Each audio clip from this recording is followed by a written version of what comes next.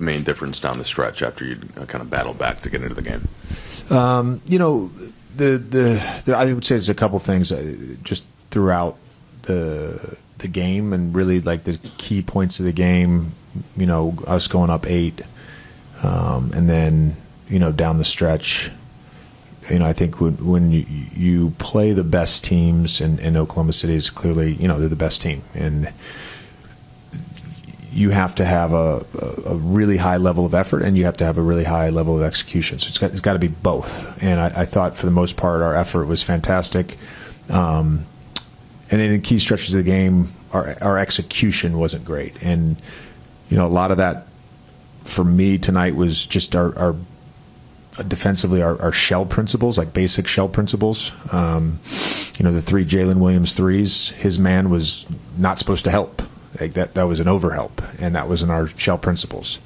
And then down the stretch, and at times to start the fourth, I didn't think we did a good job of getting LeBron the ball, and some of that was we called plays and we didn't execute. Some of that was just not having just the recognition. Him playing against smaller players was how we got back in the game, and we didn't do a good job of getting him the ball. JJ, how frustrating was it for you to, you won 2 challenges on pretty obvious plays? Yeah, I shouldn't have.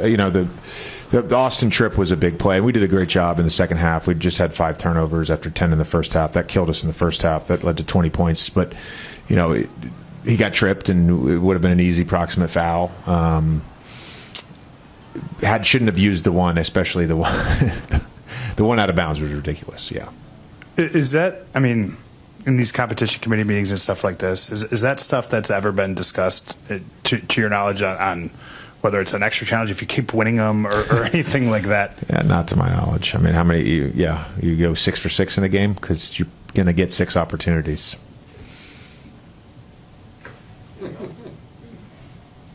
You mentioned Austin. What did you see in the second half? He was in a really good rhythm in the first half. Did they make any adjustments with him, and just kind of the challenge of playing against Wallace, Dort, and Caruso for 48 minutes? There was a couple of tough threes that he took. But he had a couple angles on his drives and just didn't finish. Had a couple middies that he didn't, he created separation with his bump and didn't hit. Jalen Williams down the stretch did the same thing against us, and he made his. So it's just, some of it is make miss. We had open looks down the stretch, we didn't make those. Jalen Williams, made the big 3 in the corner. Caruso made the 3. We had a look at the end of the third, we didn't make it, and Caruso makes a 3 to put him up 4. So there's just those stretches, and again, you're playing against the best team in the NBA, and they've got more depth, or as much depth as anybody. They got just a bunch of guys that can hurt you. Caruso killed us on both ends tonight, and Jalen Williams, hit some big shots as well. Obviously, the no call on the Austin trip by Dort resulted in a turnover. How many of the first half turnovers, not necessarily a number, but do you think that was a result of the physical style that OKC plays with, and maybe some calls not being identified by the referees? No, they're going to pressure you, and I think we had a number of really good possessions where we brought the right guys into the action, and we got the matchups and created driving angles for AR, or matchups for LeBron throughout the game. They're going to naturally create some turnovers. Again, it's the unforced ones. You can kind of point to and just say we don't need it. Let's try to hit singles. We need to hit singles against teams like this, and don't need the home run. Did you assess just what made the difference down the stretch? They made more plays than us. I played pretty bad in the second half. I got to be better, and yeah, that's really it. In what way, from your standpoint? I think I just got frustrated when I didn't get the foul call, got the tech. Let that kind of get to me a little bit. But, yeah, it was just thought it was obvious. So, I told Eric he was the closest ref. If it was anybody else, I'd have said the same thing to him. So, I just didn't know how all three of them could miss that. So I was just a little frustrated after that and couldn't, get back in the flow. They're one of the more physical teams, particularly with their guards. How important is it when you play them to play through those particular types of plays, and just like how often are they occurring? Yeah, I mean, you would like to think that, a foul's a foul. I don't think that that's necessarily real. Ever since I've said it since college, like we used to go play West Virginia, going to play West Virginia, you was going to get, beat up. There's obviously some teams in the league that I would say the more physical teams that, play that way every possession, might get away with a little bit here and there, but you just got to be physical back. You got to, try to play next play mentality. But there's nothing on the refs. That's not, why we lost. Like I said, I was pretty, bad in that second half. I got to be better for us. How much stress do they put on your defense because so many guys were scoring? How do you try to combat that? Yeah, they play the game the right way. I would say, 95% of the time they make the right play, make the right read. Like you said, put stress on your defense, rotations. I thought we did a pretty good job. They made a couple tough shots. But, that's why, they're probably the best team in the league. Circumstances were really different when you played them in Oklahoma City in terms of who was available, who wasn't available, and things like that. But where do you think you guys are better today than you were then? And obviously you'll get them again later this season, and just, kind of as you measure your team against the best, sort of where do you still see the gaps? Yeah, I think, for us, it's just continuing to grow every single game, playing, alongside one another, just getting game reps, becoming more familiar with, everything we're trying to do. And, I still don't think we've played a lot of games fully healthy. So just trying to continue to do that. And then as far as things we can get better at, you can take, them, for example, every single night. Their consistency is, I think, one of the biggest reasons why they're so good. They know exactly what they're going to do every single night. We talked about earlier, the physicality that they're going to play with, the way that they're going to play, it never changes. Dan pointed out that I think the last 10 games or so, you guys have been around the top 10 in defense in the league. Tonight, JJ thought that there was basic shell principles that were breaking down. Where did you see that confusion or kind of lack of execution? I would have to watch it. I think if you nitpick every game, you're going to find stuff that you can get better at. And that's I think the beautiful thing about basketball is you're never going to perfect it. But I don't know exactly at this moment what was kind of the problem with that. That's what we'll watch film at some point and get better. The execution down the stretch, what kind of made the difference? Made shots. Also we had some really good looks in the fourth quarter. Just wasn't able to come through. They was able to make some, get some 50-50 balls, get some extra possessions. Sometimes it's just, make or miss, and they made more than we did in the fourth.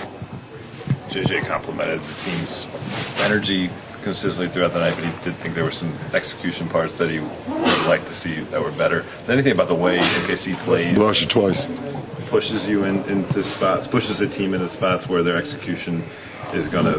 They're number one in defense, statistically. I would say up there with a couple other teams, but they put a lot of pressure. They got a lot of guys that can, extend the defense, with Kaysen and obviously AC, Dort and, J-Dub, and a lot of those guys can, really get to the ball and push the offense out of the scoring area. So I thought we did a decent job of, trying to execute as well as we wanted to. And, we still, like I said, we had some great looks still.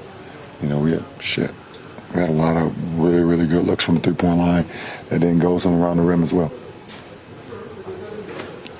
JJ also thought that you guys had some stuff working in the third where you were able to exploit some size matchups, size advantages, I should say, and the team got away from it in the fourth. I guess it's after the fact now, but what can be done in the moment to try to kind of get back to the recognition factor there? I don't know. Just, go to what's working. LeBron wrong with Right, that? because they have so many guys that can score.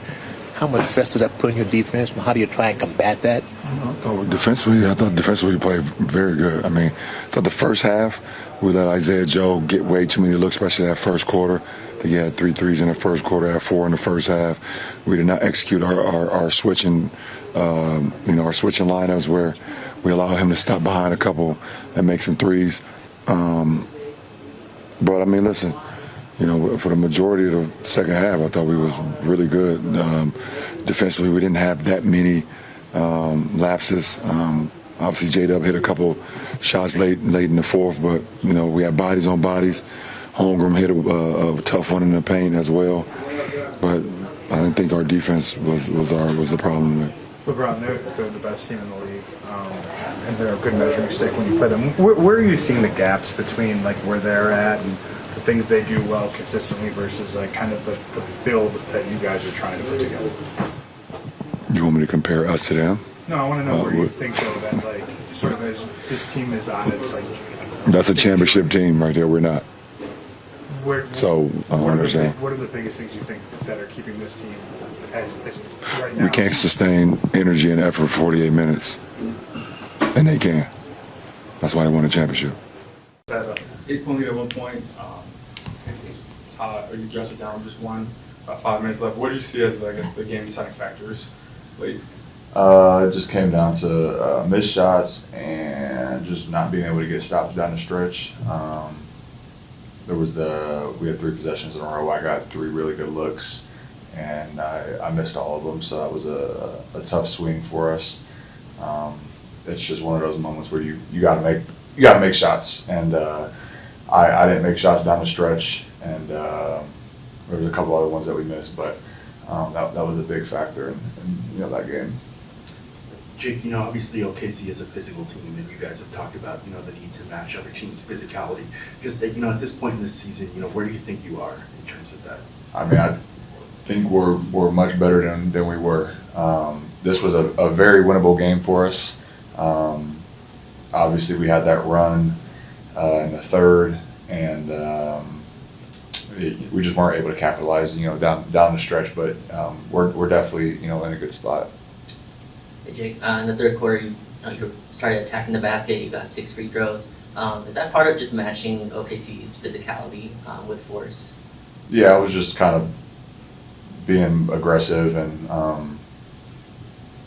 just taking what the defense was giving me, and I found opportunities to get to the basket and get fouled, and got to the line, found some rhythm, and yeah. Hey Jake, I know you played with Luke in Memphis, so what's it been like having him here and getting him up to speed? I know it's only been 2 games, but how's that been so far? Yeah, I mean, it's really good to have him on the team. He's a very high IQ player, obviously a really good shooter.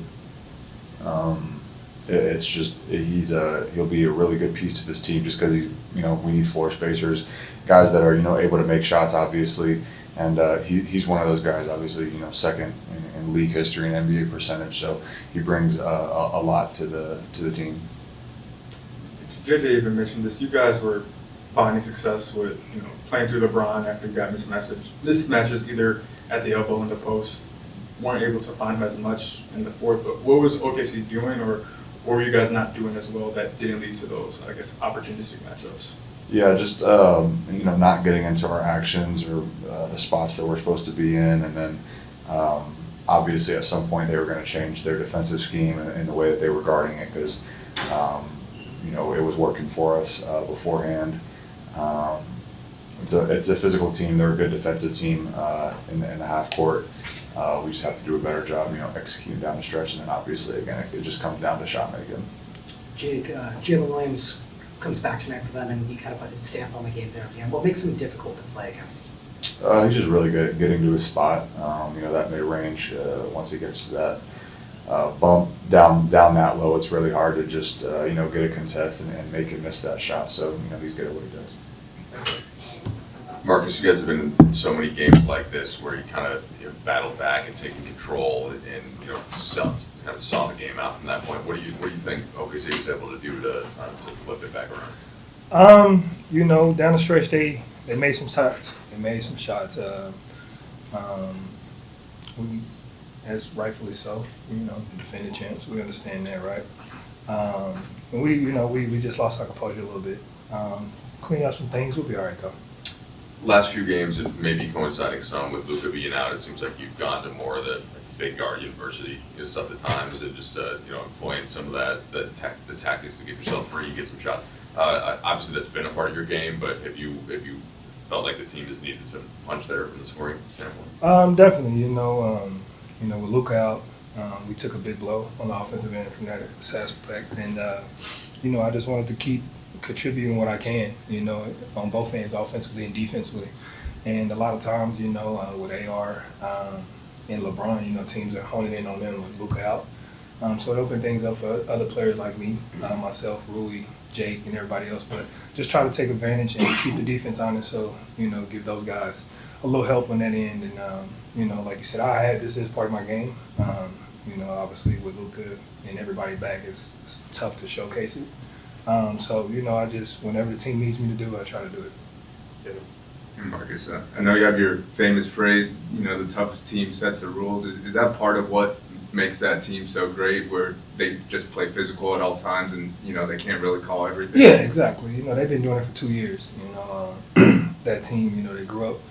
They've been working for a long time, and, they've had success with it. And unfortunately, in this game, in this league, toughest team sets the rules, and that's exactly what it is. So they can't call it that all the time, but you give credit to the Thunder because of that. They build a reputation for themselves, and it helps them. We got to be better at it, and we got to build our own reputation.